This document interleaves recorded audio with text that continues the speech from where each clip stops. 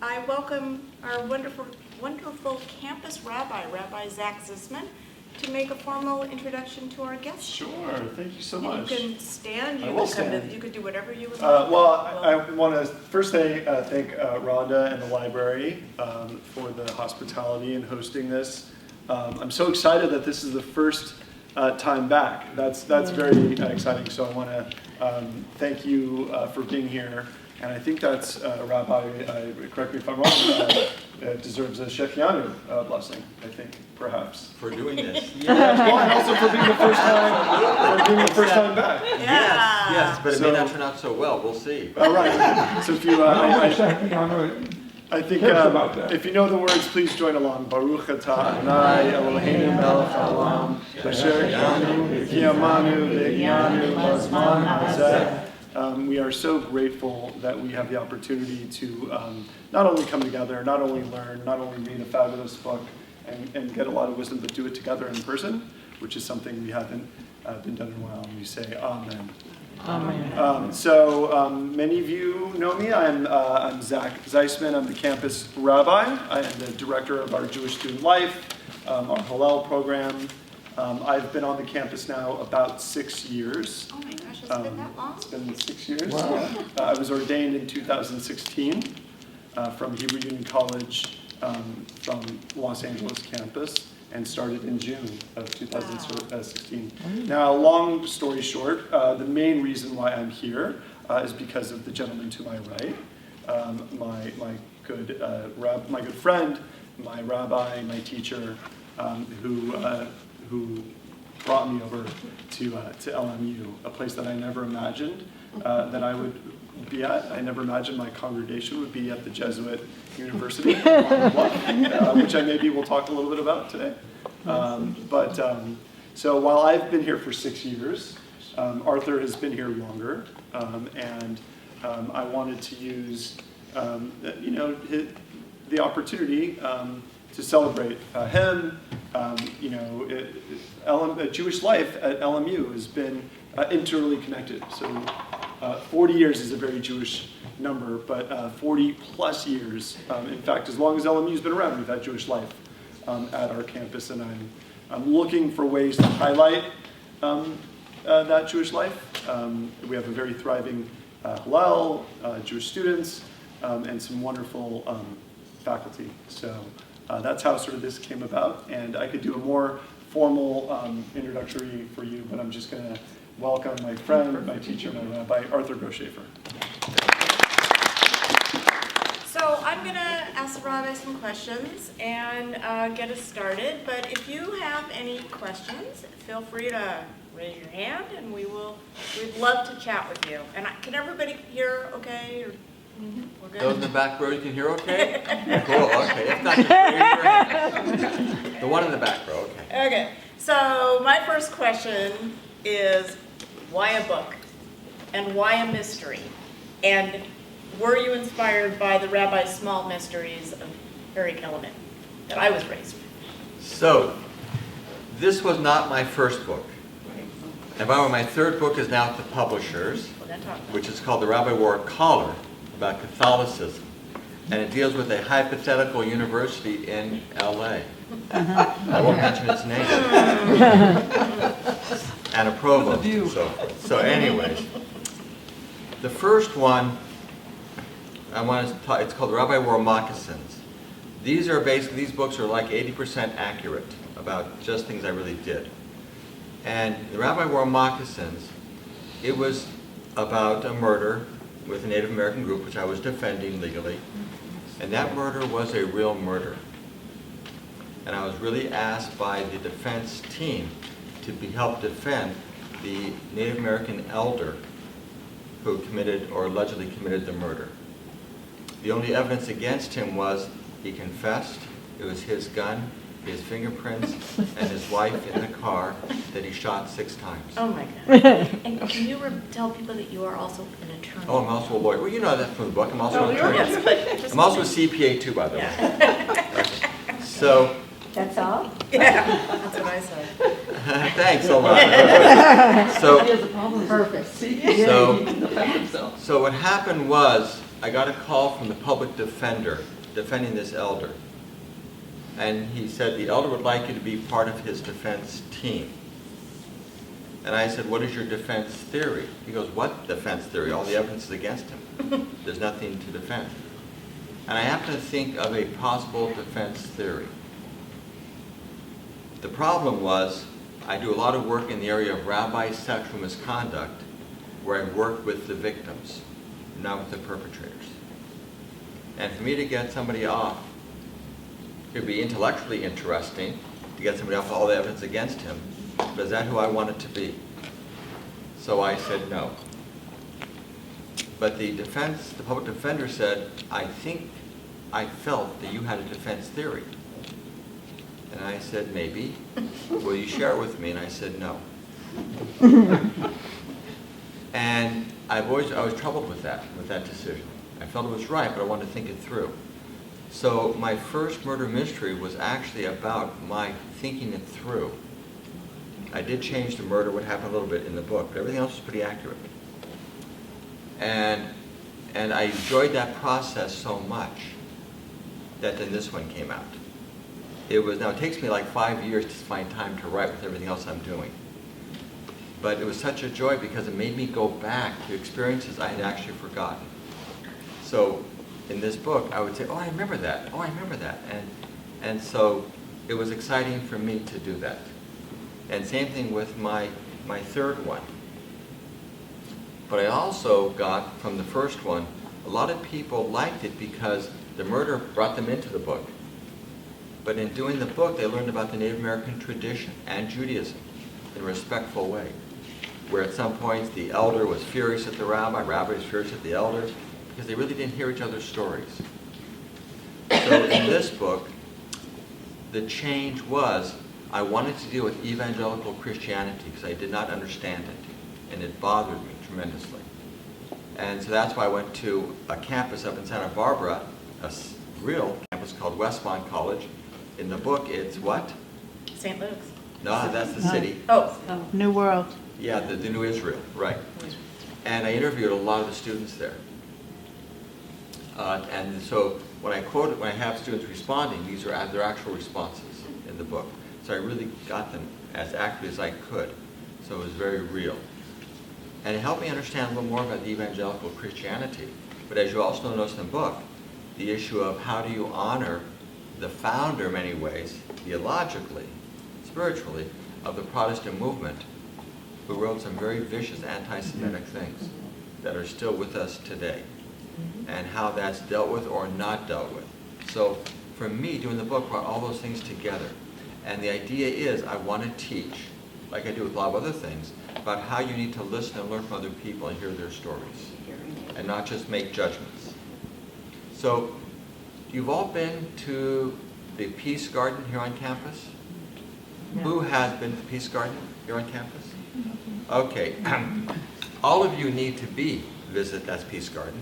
It's above Drollinger parking lot. It's above. And it has 5 pillars and 5 benches. And each pillar has a different quote from a different religious tradition. So does each bench, though one is empty, intentionally, to say that we all have to create our own statement about peace. And one, therefore, because I have 10 quotes, I like a minion of, one's kind of hidden behind, so you have to look for it. So it's about the work I've done and the work I do about bringing people together to learn to respect each other and not to have contempt with people who disagree with you, but more to try and hear their stories. So that was kind of modeled in these books. And then in actuality, my wife and I created a foundation which did this work on campuses around the country, Israel, bringing Israelis and Palestinians together on good days, and on many campuses, Jews, Muslims, Christians together. So the books are basically modeled at, you have to learn from other religious traditions, learn to respect and to understand. Not try to convert, but to honor. So that's what these books are. And they're kind of fun. So I hope you enjoyed when you read them. But okay, so that's So good one. number 1, you just covered 17 of my questions. Oh. But that's okay. But and also I thought for sure you were going to say, yes, I read the Rabbi Wore. Oh, I did like them, but they did not survive time very well. Yes, they did. And I was very careful, I hoped, to try and make these ones that would survive time. So I liked them. I thought they were, I didn't like the rabbi, because he was kind of a nebbish. Yeah, yeah. And I didn't like a nebbish rabbi. I like strong rabbis, but also ones that are respectful and not based on ego. Well, yeah, and it's also a very different time period. I mean, Yes. that was the 60s.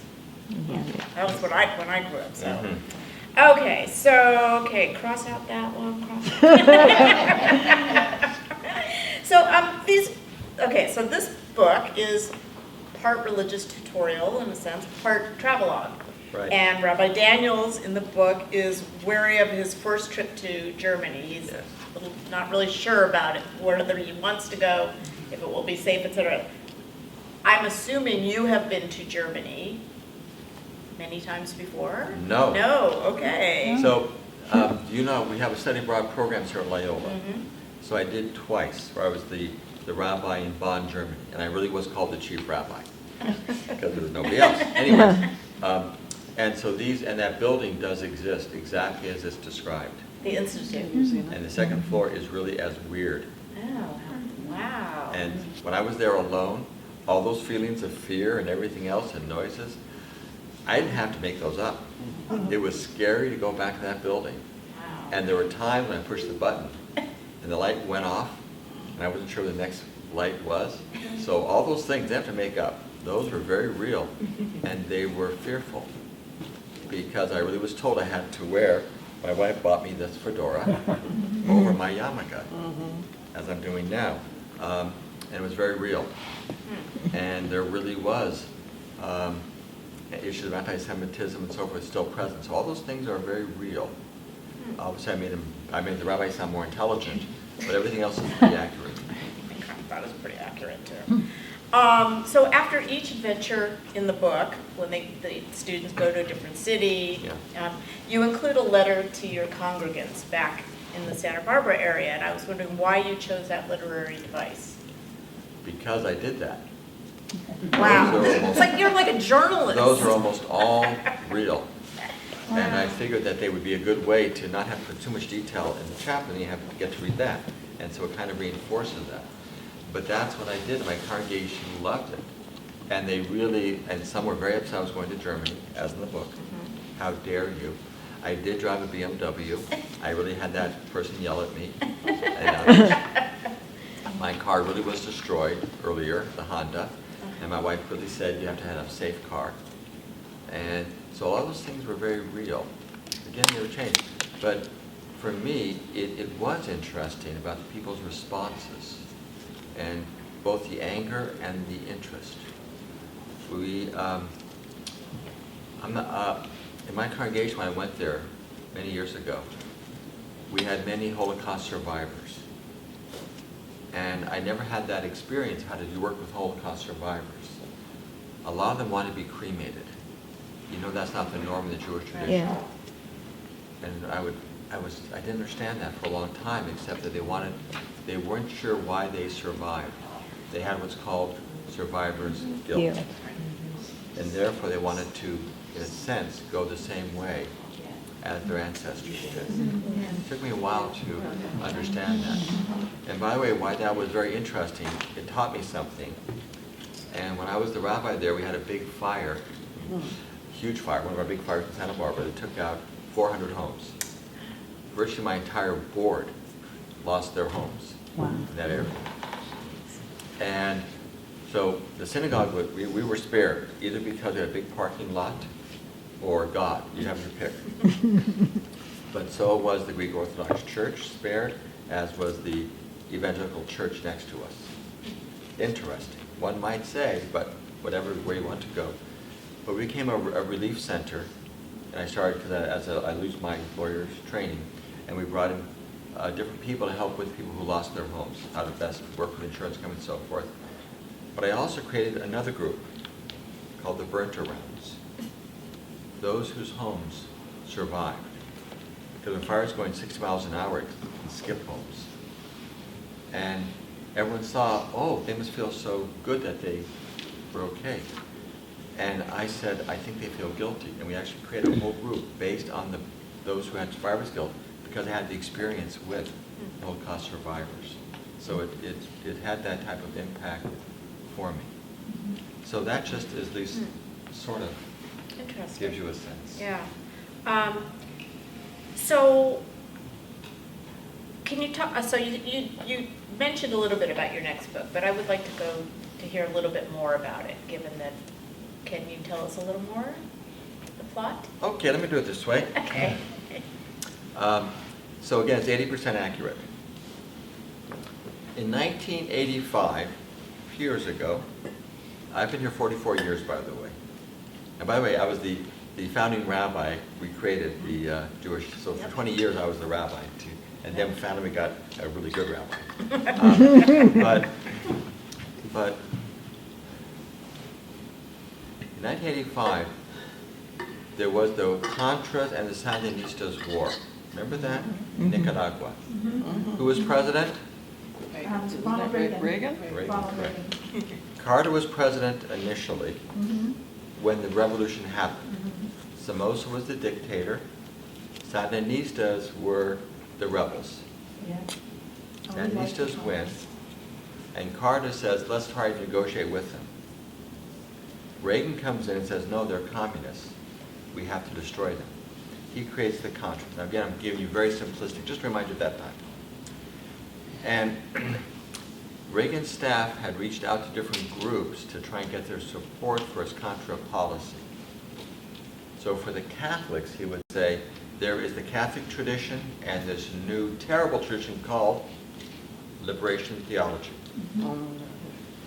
And if you're not careful, liberation theology will take over. It will destroy the Catholic Church. We got to stop it here. To the Jewish community, they came and they said, they firebombed the synagogue, they forced all the Jews to flee, and they're anti-Semitic. So you got the picture, right? A group of Jesuits and some professors were going down to Nicaragua. A few of the Jesuits said to me, you need to come because it's not true what they're saying about anti-Semitism of the Sandinistas. And you may remember there were 4 members of the Jesuit community who held major positions in the Sandinista government. And the Pope John had come in '84. And you may remember when he lands at the airport in Managua, the Jesuits are all lined up, especially those 4. And they kneel to kiss the Pope's ring, and the Pope withdraws his hand. All 4 of them. And then later on he says, I'm commanding you to leave the government. Jesuits should not be in the government. Pope. And they respond very nicely, you're right, we have to leave, and we will when we can. What did they actually say to the Pope? No. No, you got it. You got Yeah, it. Jesuits. So I come in '85, and by the way, I'm told by the ADL, you all know what that is, right? Yes. And I'm told by the State Department, if I go down as a rabbi, I will be killed. Yeah. So my wife, we had our first son, and I tell my wife, and she goes, you're going down, right? I go, well, I'm thinking of it. And she goes, okay, at least make out your will. But it's something else. I went with the Jesuits, I met with them, and I said, I will go down if I can go down as one of you. Now, I'm not going to wear a collar, and I'm definitely not going to be celibate. But I will go down as one of you, and you will hide me, and you will swear to me that you'll protect me with your lives. And they all did. How did they hide you? They went with the group, right? Yeah. I just was part of the group. No clothing. Then we just started to clothe like this. And I was just part of the group, and always with the group. So everyone presumed I was a Jesuit. So, and it was hard for me to take off my helmet, not to wear it. But when I got to the airport, it was off and not to be worn again. So, I don't want to tell you the whole story, but That's fine. But if you were going down, how would you determine whether or not there was anti-Semitism? What would you look for? What they say. One, what they say, and they said there were not. You got that. Damage to any Jewish. What was that? of damage to any Jewish organization, store, synagogue, Keep going, one more. people? Everyone's left, right? Pretty much everyone's Certain left. symbols. Yeah, how they. Cemetery. Oh. So, 12 o'clock midnight. Now, Lori did not know this till she read the book. She goes, "Did you really do this?" I go, "Well, yeah." That's grounds for divorce. I'm sorry. So, and the judges wanted to go with me. I said, "No, because if you go with me, it'll be noticed." So I went alone. It's a 2-square-mile cemetery. So it's hard to find. It's huge. And there are a lot of tombstones pushed over with red paint by the Sandinistas over those who supported Somoza. And I was told this summer the Jewish one was in the middle of the cemetery with a 6-foot fence. And I found it eventually. And I jumped it easily in those days. And it was pristine. What did that tell me a little bit? No, it They doesn't. weren't target Is it Jewish okay? people, they didn't target. So that's one. What's the other thing I wanted to find out? How the synagogue was burnt. I wanted to see the synagogue burned. So I didn't want to make it a big deal because I'm still hiding, right? So we found out where the synagogue was, just in talking and so forth. And it felt strange, but fine. And we go to the place. It was part of a tour of what happened to those who were supporting Somoza. That was our theory. And we come to a big house with all these small outbuildings, and the whole house and everything else was burnt down. Clearly. And they tell me the synagogue is right here. I go, what? So we start walking around, and I'm kind of going, this must be a mistake. And I come to one of the outbuildings. I walk in, and I see, strangely, a wire from the ceiling coming down at the end of the room. That's interesting. Go a little bit closer, and I see, scratched but nicely, into the 2 wooden doors, under that, a Jewish star on both sides. I then see a smashed table. I look at it carefully, and the table is one at an angle, as if for reading the Torah. I then check. We don't have, at that time, cell phones. I go outside and see where the sun is, and I figure out where east is. And I see where it's facing, and it's facing east. I go, this was the synagogue. And what happened was they firebombed everything not knowing. It was just one thing they firebombed. So I'll tell you one more piece and I'll stop, but Okay. so there's a Sandinista person giving us a tour. It's clearly a member of the Sandinista party giving us the tour. Young guy, and I say to him, this was a synagogue. He goes, a what? I go, a Jewish church. He goes, I understand that. And it's being used against Sandinistas in a very strong political way. You should make this into a Jewish museum. And I say, and he goes, we can't, we have no money. They really were very poor. And he says, well, it cost, I said, how much will it cost to make this into a museum? Oh, too much, like $500. That was the amount given to me. I wrote a check at that moment. And the check has on it what? Rest. Rabbi Oh. Arthur Gross Schaefer. Oh. Because he then says, how do you know? I say, I'm a rabbi. He goes, what is that? I'm a Jewish priest. And when I said that, I felt all the judges come around me as if to protect me. Yeah. So that's just part of it. Okay? What happened to the tourists? Oh, I have no idea about that. I'm presuming some of the people took them away. Yeah, I would think, wouldn't you, they went I would there? think that too. Yeah. Yeah. Huh. And by the way, that one has 2 murders. Ooh. And I- Double the pleasure. it's not out yet. It's in the publishers now. Do you know how many Jews actually were in Nicaragua at that time? It'll be before they left? Yeah. No. Again, the odds are they left because they were all professionals by and large. And if it was going to become a communist country, which was the theory, it would not be good economically for them. And also they were fearful because they had worked with Somoza. Like Cuba.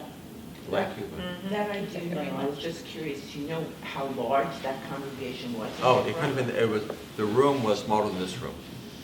So let's say maybe 70 Jews max, something like that. In the whole of Nicaragua, you think? It was very small, yeah, was Managua. that- It wasn't that large. Wow. And they would have been in Managua, not Yeah. out in the rural Yeah. areas. Interesting. Well, thank you. When it's ready, on the market, let me know. Okay. I will send it out to the group, and we'll all get to hear the end of the story. Yeah. Exciting. I love a good mystery. Okay, so you're a full-time teacher. You publish. You are a rabbi with your own congregation. When do you have time? What is your writing routine? Okay, for this one, this is a nice story. Okay, so I have a lot of very nice congregants, and one owned a vineyard with a small house in the middle. Now, I mean small house from her standpoint. From our standpoint, 3-bedroom house in the middle. And I said, I'm having a hard time finding time writing, because there's always this, she goes, how about you take over the house? So I was able to use the house. I would go there for a week, and I would wake up at 7, have some coffee, and write till about 12, then bike to another vineyard for breakfast, lunch, and some wine. Come back and generally write till about 1 o'clock at night. Wow. And so a lot of that, as a friend of mine said, who's a writer, that what happened for me, she was very jealous. She was a serious writer. Remember the TV series called Cheers? Mhm. She was one of the major writers and producers of Cheers, so she had really good experience. And she said, what you're writing, I was writing for fun, I was writing to make sure that plots work and everything else, but it wasn't part of my soul. What you were writing was part of your soul, and it just came out. And she said, I wish I had that happen. So a lot of it was just coming out. So I do a lot of rewriting, but I needed time to put it together, because it's like a puzzle. Yeah, How do you put it exactly. together so it works and functions? So it's hard. It takes about 5 years to find time, because there's always things going on. I rarely have free time. It's hard. Like just last week, last 2 weeks, I had three funerals and 2 weddings, and it's exhausting. But there's a joy to it when I write this, and I can't tell how many times I cried. Remember the yarmulke scene where Yeah. Don't cry. even now, when I wrote that, tears were just so. So do you teach here? What was that? Yes, You teach yes, yes. We're Yeah, going to for talk about that in a second. 44 years. Yeah. Okay, okay, she's gonna get to That's the enough. teaching. Yeah. And so you write and you teach a lot about ethics. You teach business law classes, and you teach about ethics across the professional spectrum, as well as a personal one. And I would like you to talk about that. Why do you feel it's important to teach our young undergrads about ethics? So, by the way, I feel that about practicing attorneys, practicing CPAs, doctors, I work with all these groups. And I work often, anyone here as a lawyer and is willing to admit it? My dad was, my brother is. So, to keep your license, you have to take what's called MCLE. And I've traveled the country teaching MCLE to lawyers and CPAs. So I have that. And I always bring in Judaism a little bit, so it's kind of fun. But I think that people all need to have a sense of ethics, because it's so easy not to. If you look at the main influence on people's lives, it is society. No longer as much parents as there used to be, but parents still. But as to who they want to be, who they want to become, that has become less important for many of them. But when I make them, like, I'll give you an example I use for my students and when I teach lawyers. So if you have a room of lawyers, or if you have a room of students, and I go, I want you all to write your eulogies right now. And they all do. And the students go, I'm young. I go, yes, but, okay, just so you know, one of my sons, Avi, that's why we have the Peace Garden, and we built foundations. So we raised 4 sons. Avi was one of our 4. He and his twin brother, Yoav, went to the Israeli army and served for 3 years, special forces in Avi's case, and their instructor of how to shoot. They would teach special Israeli way to special forces around the country, around the world. And we figured he was safe. Comes back to Brown University, started reaching out to Palestinians for dialogue, and so forth, and pro-Palestinians, and is actually making a major change as a freshman student, first semester. Second semester, he actually has Palestinian friends now, where they argue, but they at least respect each other. He's walking back to his dorm, and he must have heard a car coming. He was with a young woman. He threw her off the roadway, where she broke her arm, and then he was hit head-on by a drunk driver and killed. So it was an honor that we did all of these various things as a way to remember him, and as a way to basically honor what is going on. And that's why I did all these, the foundation, all bringing Jews and Muslims together in his honor, a way of doing legacy. Now, what I have done is I've taught people, using the Jewish models, by the way, about how to think through difficult issues. So as an example, when I had to speak to the young man who killed my son, what did I say? What I said was, effectively, I will not forgive you now. In our tradition, we have the concept of teshuvah. There are 4 basic steps. If you do them, I'd be happy to meet with you. If I really felt you really sincerely did this, I would forgive you. Because it shows you have changed as a person. And I gave him the 4 steps.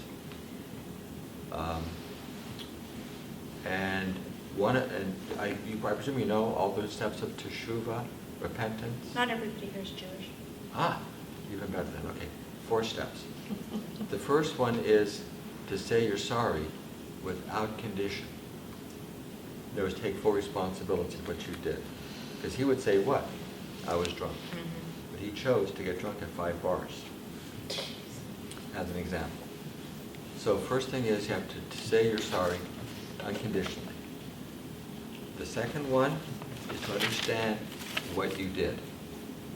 So I said to him, you have to look at the videos and others of the funeral.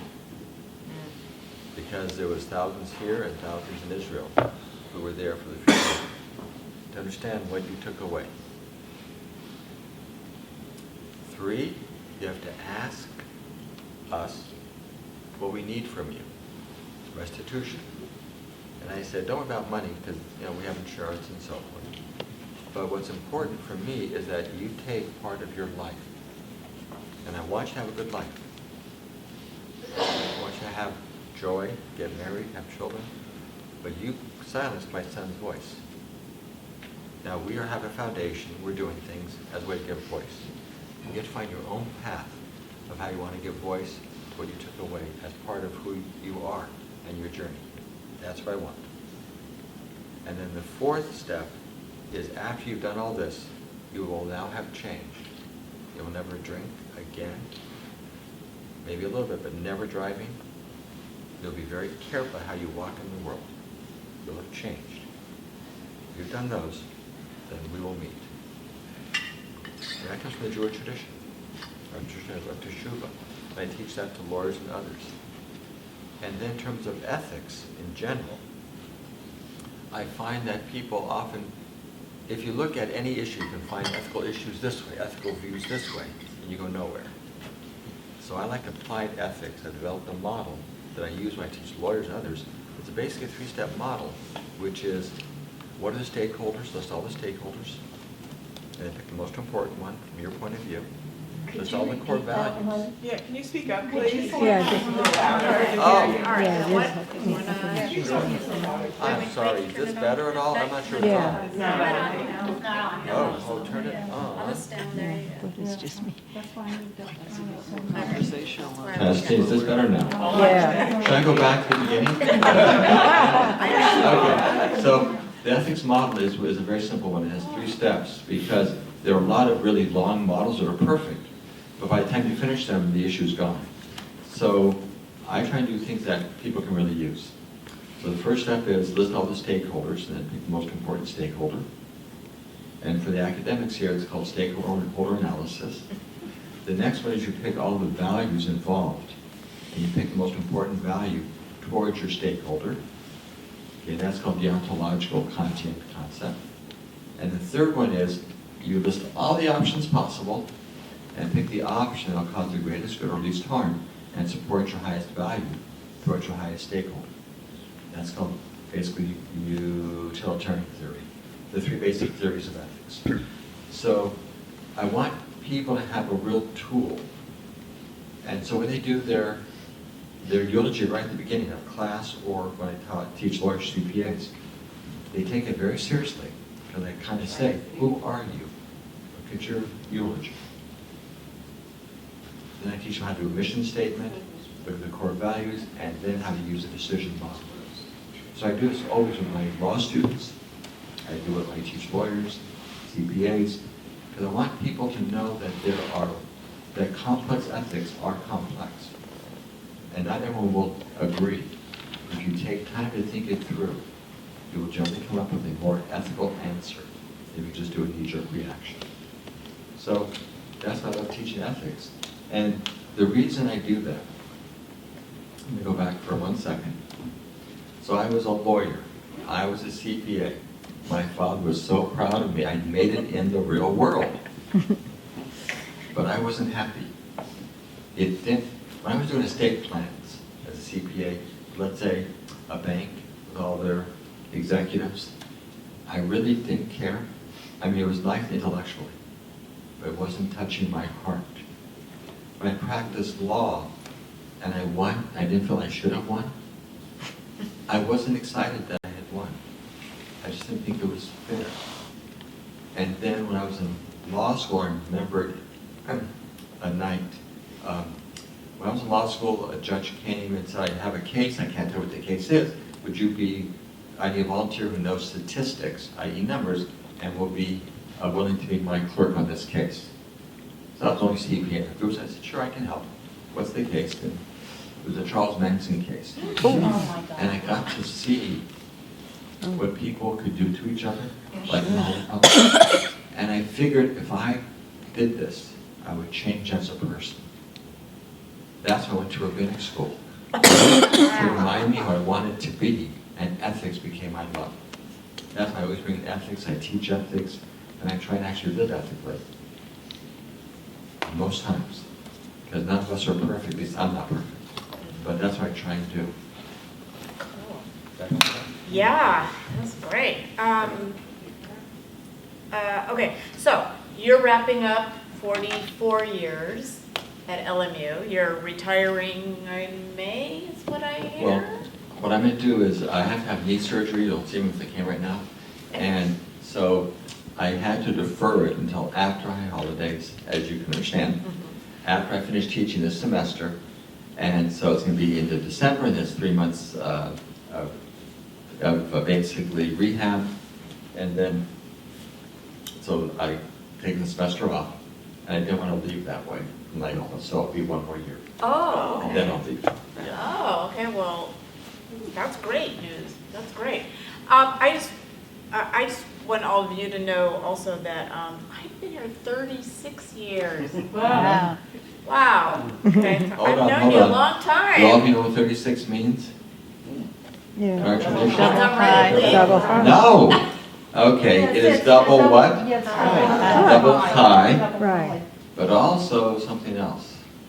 There's a concept called the Lavid Vodniks, which will be my next interview actually, because I'm doing in the book. It starts off where I'm doing a service. I give a short eulogy for the main Catholic individual in Santa Barbara, who actually was a close friend. Father Virgil, the only non-Catholic who spoke to. And I talked about being a Lamed Vodnik. Lamed Vodniks are 36 righteous people, doesn't say Jewish, but right, 36 righteous people who maintain the world. And if you think you are, you're not. Not that. And so it's a really interesting 36, a very spiritual number, in other words. Well done. Wasn't there a book, and I can't remember the name of it, where it was, can anybody remember the name? It was a Holocaust book. Do you remember, Joan? No. And it's the righteous people of the world. What Yeah. was the name of that book? I do not know, but I know I read it. Yeah, we You know what I'm A read long talking time about? ago, yeah, Yes, a long time ago. A long time ago, yeah, I was younger then. 36 The righteous righteous, were still alive. Right. righteous Gentiles that go, Yeah, it's 36 righteous people. Yeah, I was curious about the Jesuits who protected you in Nicaragua. Because I admit I associate the Catholic Church with anti-Semitism, because I think for years and years that anti-Semitism was embedded in the teachings of the Catholic Church. Yes, Yeah, it okay. was. So you have actually echoed, first of all, in the book, it's, Mhm. I'm sorry, well, in this book, it talks about basically Martin Luther and how he was used. And I talked to even Lutheran pastors. They go, anti-Semitism, that was minor. To you. To you. Not to us. Because it was used by the Germans significantly Yes, as the book, and still within yeah. other Christians. And Adolf Hitler was never kicked out of the Catholic Church. He was never excommunicated. None of the Nazis were Right. ever excommunicated Right. from the Catholic Church, which, you know, the message I get is apparently they agree with what they did. You know, the Catholic Church Yeah. agrees with what This, they did. this one is a mixed one for all of us. Mhm. Remember when we brought out Elie Wiesel to campus? Yeah, that was gonna be my next. So that's your next question. I was We brought I Elie wanted you to talk Wiesel. about that. You all know who Elie Wiesel, anyone Yeah. not know who Elie Wiesel is? We just read Night. Yeah. Okay. So we brought him out. There was a group of us that made that happen. It wasn't just one, it was a group that really made that happen. And I think he was talking, I forget to who he was talking to, but he talked about when he was growing up and even now. If he sees a Catholic priest wearing a collar, that he would always cross the street because he was always afraid. And growing up, I was attacked. I was told I killed Jesus. I had no idea who Jesus was. And I said, I could kill anybody, but whoever Jesus was, I don't know him. And for a long time, we were the perfidious Jews. And you know what that word means, perfidious? Simply put, evil. Evil. Simply put. And that was part of the normal service. Under Vatican II, the Jews were excused from killing Jesus. Yes, but not a lot of Catholics didn't No, buy it into was it. only the hierarchy, but it was never part of it, never got down. It never got down. A lot of Catholics just did not Right. So, yeah. catch on to that. You So know, let's back up 1 second. When I came here to interview for the job, I had no idea I wanted to be at a university, by the way. This was just a part-time job to get me through for my 1 year before going to rabbinic school. I was working on a campaign, I became a campaign manager, and I needed that year to finish that. And when I came here, I said, you know, I'm Jewish, right? About to go to rabbinic school.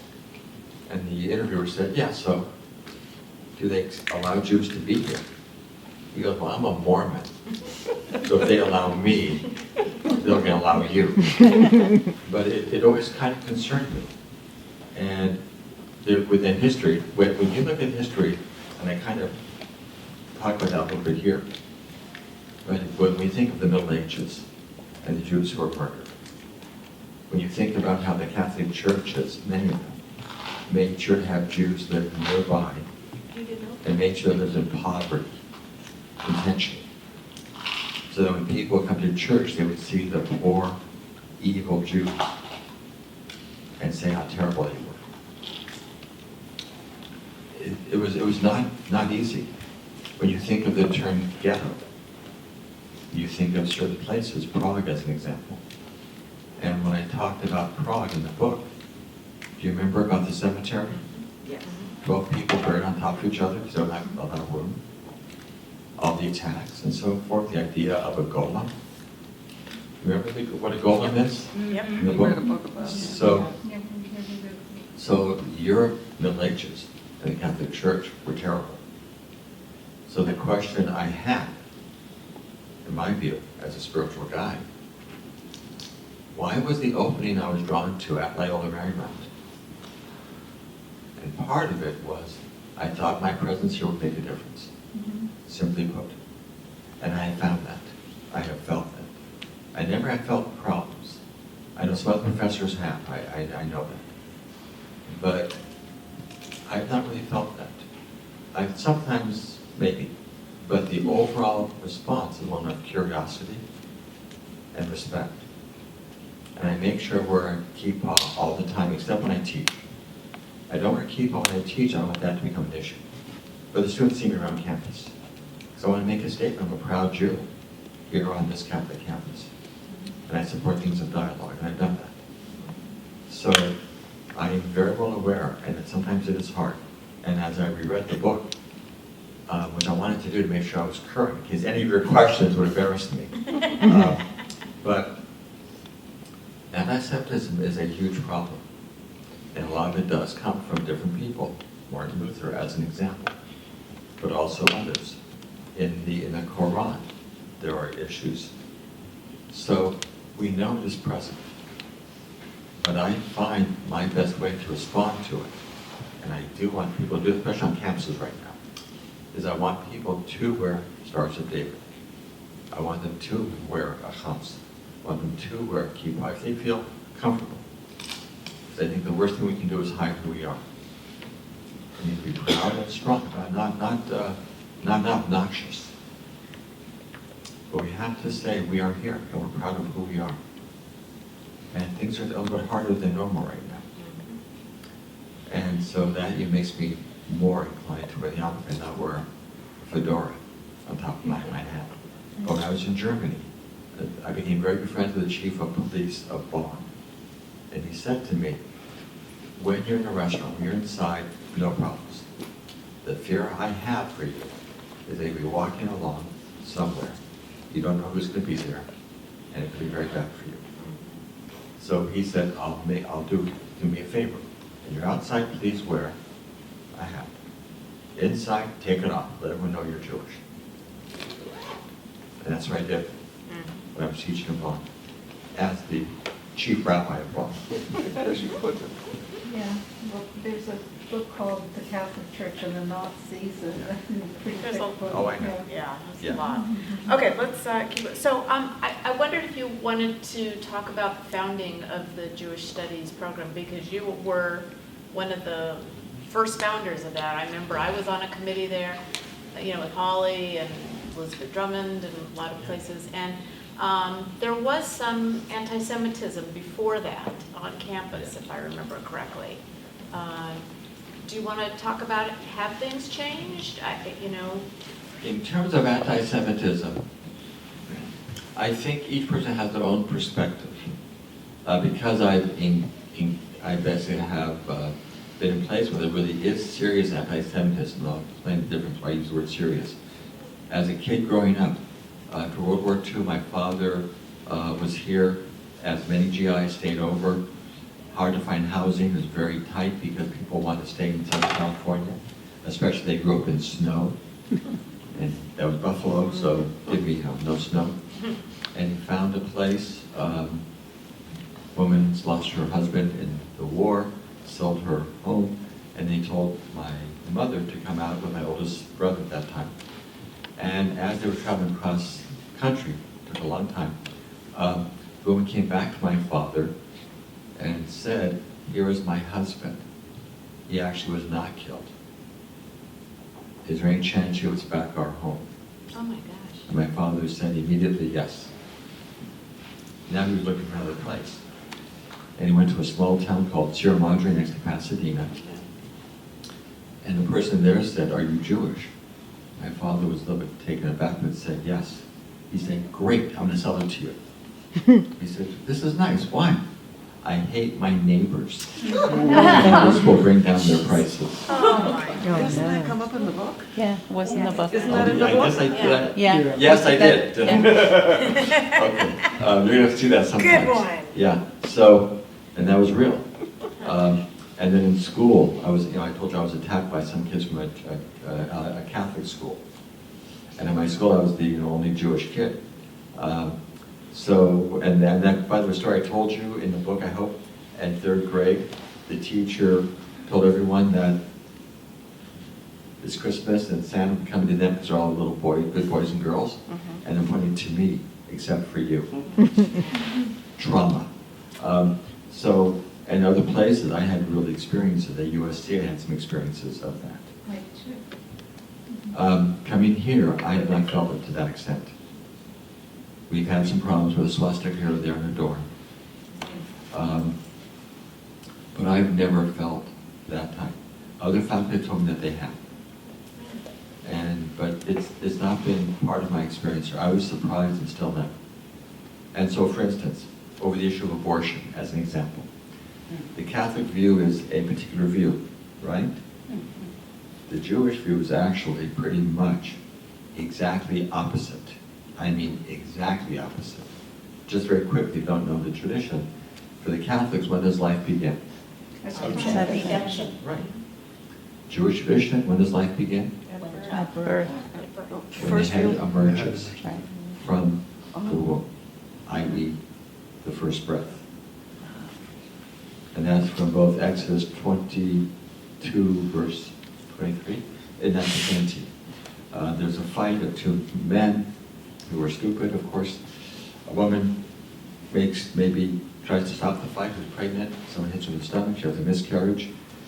And if it was a life, what would the penalty be in the Bible? Life for, and that person is fined for hurting the woman. In other words, is the fetus a separate life? No. And then later on, the Talmud Mishnah goes on to make that very, very clear. And by part of that is based on, in Genesis, chapter 1, when does God breathe the soul into the being? First breath, when life is brought in. Got it? So that's why it's a very different thing. It's also very different, one more thing, is that you must have an abortion, must, if the woman's life is in danger. And when? Oh, the way it's phrased, I apologize, you take limb from limb. In other words, much more than Roe versus Wade to protect the woman. So it's a very different model. And I've had no problem sharing that, discussing that. I've never been told not to say those things. So I found LMU to be Catholic, absolutely. But I don't feel that they're trying to hide, and they have never tried to censor me. And Zach, have you ever felt censored? No. Yeah. That's been So these have not been in my experiences. There are issues here and there. There are issues about where the Jewish community should be situated to have more freedom. At one time it's campus ministry, then we switched it to Jewish life. Now it's over to student affairs. Now it's back to campus ministry. So it often depends on who some of the people are and how much freedom. Because a lot of them feel threatened or other. It can be difficult. It can be challenging. That's kind of politics. I know that, and I would play that pretty well. But in terms of other things, I've not really felt that, and I felt more a sense of respect and honor. Israel-Palestine comes up, can come back, can become a little bit more tense, and as long as it's not tied to anti-Semitism. Sometimes it has been other campuses. We've not had that to that extent here. So that gives you a quick answer. And we have a Jewish studies minor. Oh, I forgot about that. Yeah. We have a Jewish studies minor. Well, let's first, okay. So the minor, now Holly Levinsky is the one credited with creating the minor, correct. A lot of us were supportive of that, but she's the one. And it's been very successful. She's made it very successful. I give her a lot of credit for what she has done. So we have that. So I created the Hillel Jewish students really about 40 years ago. So I was here for a little bit and we created that. So we have a good Jewish presence here. So much so that when we have open house and so forth, it's not unusual to have some kids, not a lot, but some kids coming from Orthodox day schools to come here because they feel safe. They have Zach, they have the Jewish Studies program, and we have a seminary here, a Jewish seminary on campus. Yeah. We do. And then in this building, one of my favorite teachers, Michael Signer, who was a great Catholic scholar. He was one of the few who had the right to go to the libraries at the Vatican. So just to give you an example, 6 years ago when I first started working here, I heard many times, "You're the first rabbi I've ever met, Rabbi," or "You're the first Jew I've ever met, Rabbi." This came from across the board, students, faculty, and staff. And it really surprised me. Until, like a ton of bricks, I realized I had never met a Jesuit or a Catholic before in my entire life. Which, of course, is not true. But what is 100% true is I never heard the word Jesuit before 6 years ago. Never heard of it. And if you asked me to describe Catholicism, I would have sheepishly said, I think Jesus and I think Rome. So now I may be an anomaly, but in my experience, most people have very little religious literacy about their own, let alone someone else's. Right. Therefore, of course, it's hard to talk about God or abortion because people I find have very little experience in those realms. And yes, the Catholic Church has not been great about teaching a lot of these things. A lot of these students have never heard of Vatican II, and so, and, you know, again, I echo, I feel very safe here. Loyola has been adamant about accepting Jews when other schools wouldn't. I mean, it's complicated, but I find literacy and God they're the two things that I find to be the biggest challenges. By the way, thank you for advertising the reason for my books. Seriously, Yes. they're being used in some basic course on Judaism and other places, Yeah. because that was part of the goal, was teaching. And by the way, the initial editor said, you can't do a murder mystery and it's supposed to be teaching. I go, oh yes, I can. And that's what I wanted to do. Yeah. Oh, there's a question. Oh, yes, Maureen. Piggybacking off Yes. of your comments. I live in this area. Yeah, I went to Marymount College when it was in Westwood. right. My husband went to Loyola, both high school and university. Do I use this? I have 4 children. Number 3 went to Loyola Marymount University. My husband's brother, for 10 years, studied to be a Jesuit priest. He did not, left and got married. So Jesuits have been around our family for a long, long time and are very educated men. They tend to be the most educated of the priests. Now, they're an order. There are Dominicans, there are all different kinds of orders for serving different purposes. But the Jesuits are educated. Sometimes we make comments about, and they really know it, and let you know it. If you are comfortable, would you name the 4 Jesuits who protected you? Oh, no, it was actually a larger group, Oh, but it was about 7 of us that went over there. But no, I would not, because Okay. that was it. They were there, and they gave me their word. okay. But I keep that confidence very. No. And so any of the names used in the book are just made-up names in terms of the Jesuits. Oh, And one I of mean, these, oh, sorry, you have read the book that hasn't been published yet, yes. And by the way, one of them is accused of a murder. One of the Jesuits is accused of murder.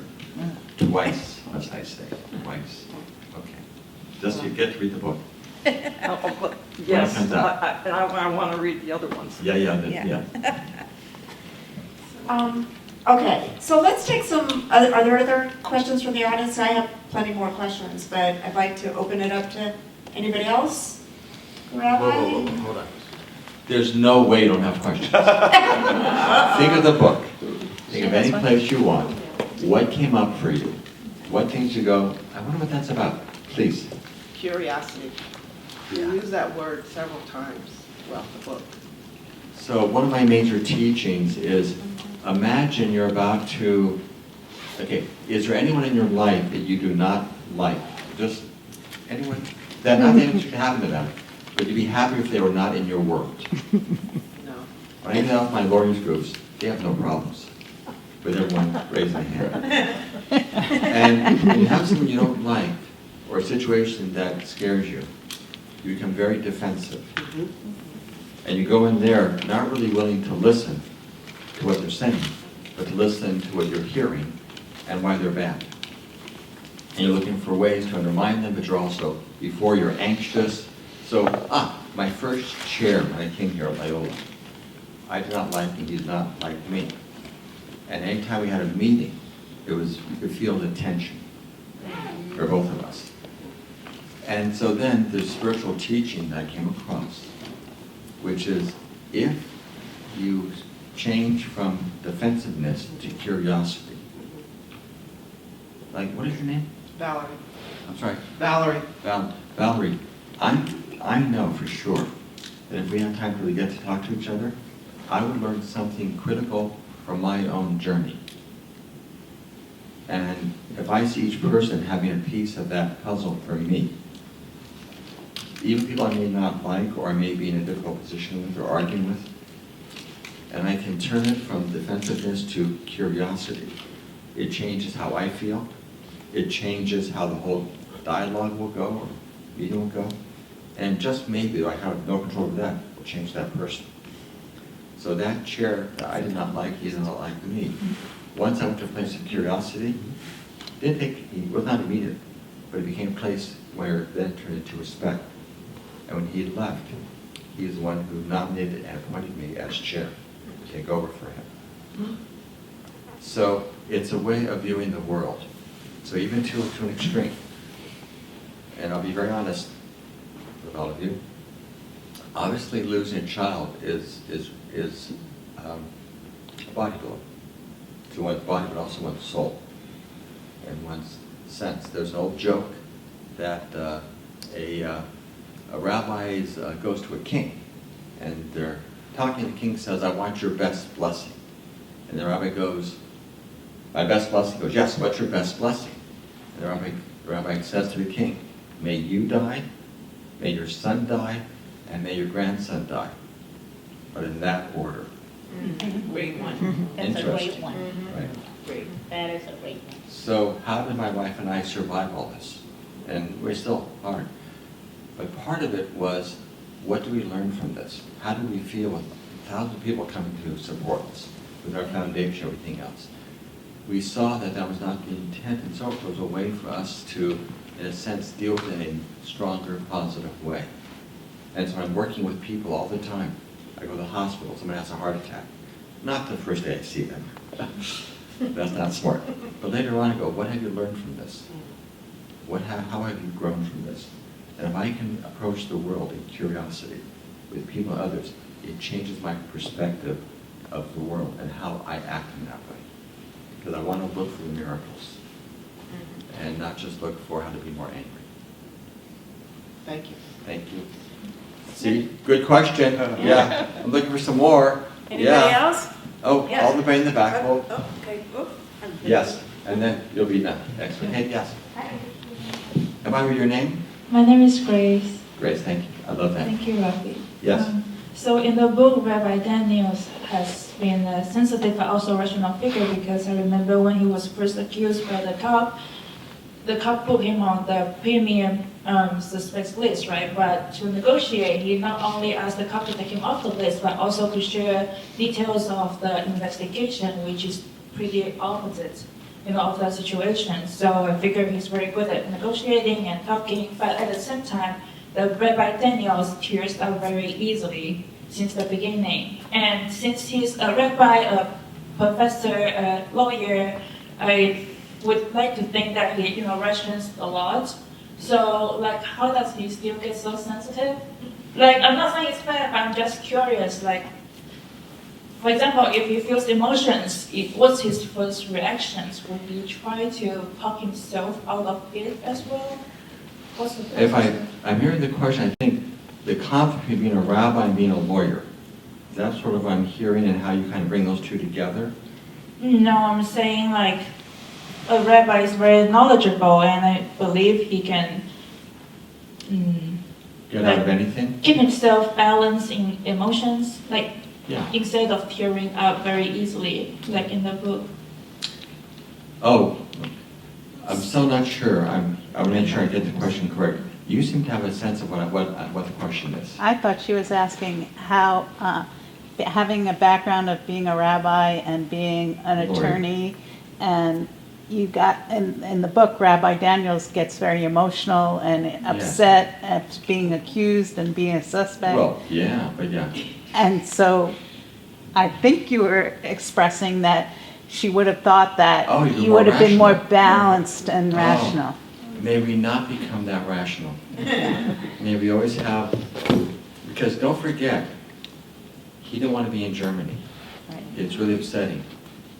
And also the noise of the police cars, not minor.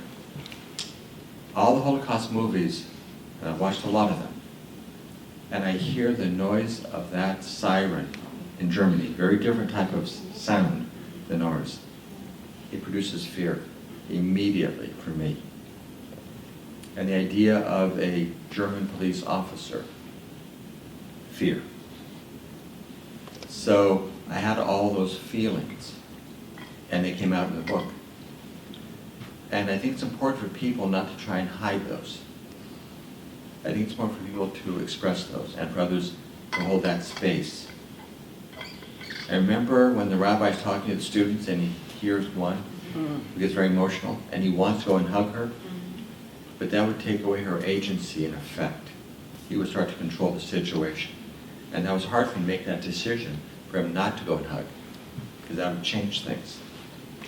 I don't want us to become like when a lawyer says to me, I only follow the law. And I said, but by doing that, you hurt these people. You could have died, you could have tried mediation, you could have tried other types of things. Like, I'll give you a minor example. A will is left, and it's left to the oldest son. That's how the parents had decided, and in some cultures, the oldest child gets it, if it's a male. If it's not a male, female, then the oldest son after the female. Okay, gets everything pretty much. And I said, have any of you had those types of wills? And of the group of 100, about 30 raised their hands. And I go, what did you do? And we go, well, we followed what the law said. How do you think those other kids felt? What do you think you did to that family after you leave? The anger, the frustration, the sense of... And I've had some of those when I used to practice law. And I would often go, now I have the ability to say I'm also a rabbi. That helps. But I would go and I would tell, it's happened a few times, I would tell the beneficiaries, I'm going to not be the attorney for this. And I know I'm listed as the trustee and the executor, I'm going to walk off. Unless we talk about how you feel. And we try and make the will safe for all of you. When I've done that, it actually has worked. What's so easy? It sounds easy now. What's so easy? But I want the emotions. And I want people to understand that we can be hurt so easily. And so I do to my class, by the way, halfway through. I say, I want to keep you all awake when you're here.